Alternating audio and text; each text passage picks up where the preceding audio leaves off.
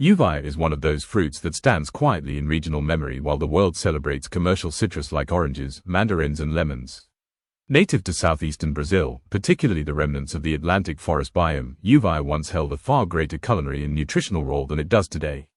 Its fragrance alone places it into a category of sensorial foods, those which announce their presence not because of sweetness or acidity, but because their aroma carries cultural identity.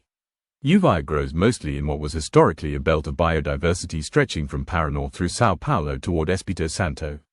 This belt functioned not just as a landmass but as a cultural corridor. Villages formed around seasonal fruiting cycles, local markets developed around harvest periods, and many domestic orchards contained at least one Uvaia tree. The fruit was not merely a flavor option, it was a seasonal reference point. To early rural households, Uvaia communicated timing, readiness of land, transitions between dry and humid seasons, and availability of fresh juices before modern refrigeration. Its surface appears smooth, with shapes that shift between pear-like forms and rounded droplets. Ripeness transforms its skin tone from a dull yellow into a vibrant gold. But what defines Uvaia is its intense fragrance, described historically as floral, medicinal, citrus-sweet and resinous simultaneously. The moment the peel breaks, volatile compounds escape. People didn't just eat Uvaia, they inhaled its identity. Botanically, Uvaia belongs to the Eugenia lineage, relatives of Pitanga, Jabuticaba and Grumixama. Unlike global supermarket citrus, which follows the citrus phylogenetic pathways originating in Southeast Asia, Uvaia represents a separate branch of flavor evolution within South American Myrtaceae. That is significant. While commercial citrus were mostly transplanted fruits, Uvaia's continental ancestry, born in Brazilian soil, adapted to Atlantic forest humidity cycles, thriving in deep organic soil layers rich in decomposing leaves. The fruit holds a pulpy, tender interior. Its texture dissolves easily, making it ideal for juicing, something families historically did immediately after picking because Uvaia ferments quickly. Without refrigeration, its shelf life narrows, not weakness, but ecological design. Brazilian biomes evolved fast-perish fruits because consumption occurred within walking distance of storage. Humans didn't need fruit stable across continents, fruits needed to feed villages. Its pulp traditionally became fresh juice served at morning tables. Many households used Uvaia as remedy against throat dryness, fatigue during humid seasons, and mild respiratory irritations, likely stemming from its concentration of vitamin compounds and volatile antioxidants. Rural communities produced syrups, fermented drinks, mashed pulp for thickening desserts, and occasionally dried paste shaped into rustic candies. These pastes resembled early fruit-based nutritional blocks, predating industrialized vitamin tablets or packaged snacks. One of Uvaia's culturally relevant traits is its dual identity, food and fragrance.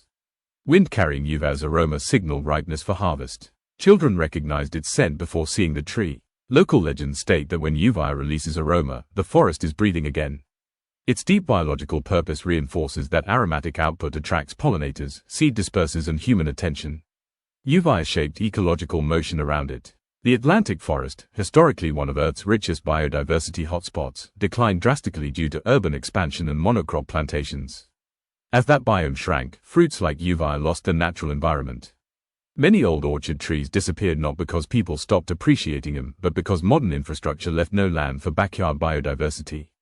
Uvaia persists mostly in scattered agroforestry initiatives, small farms and conservation gardens.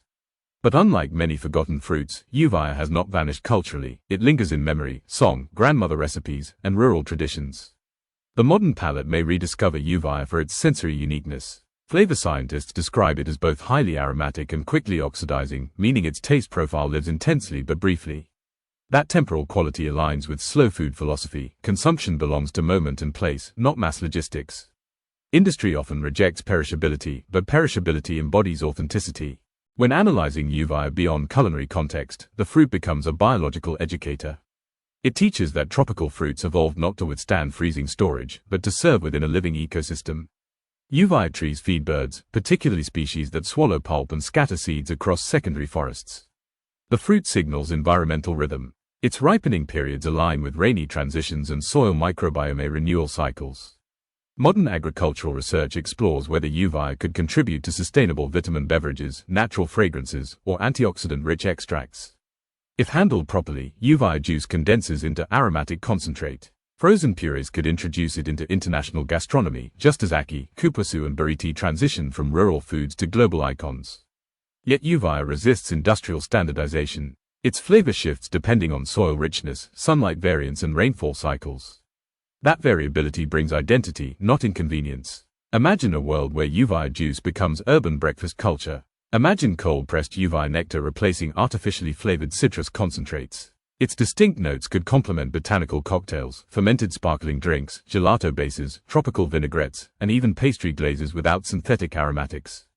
But deeper meaning lies beyond gastronomy. Uvaia symbolizes environmental belonging. When Brazilians refer to their food history, they often default to sugarcane, cattle, coffee, colonial economic pillars.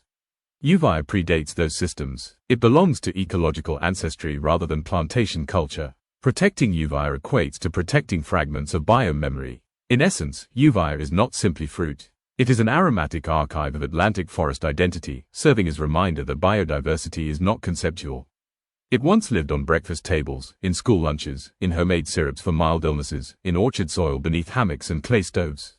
Reviving Uvaia does not rely on scaling monocrops. It requires restoring backyard agrodiversity, planting household trees, encouraging regional farmers, and reintroducing native fruits into culinary schools. The future of Uvaia is not supermarket survival, it is cultural restoration. And that is Uvaia's true message. A fruit that once defined seasonal memory. A fruit that perfumed the air before being eaten. A fruit that reflects an ecosystem more than a market. Uvaia remains an edible memory of Brazil's original land.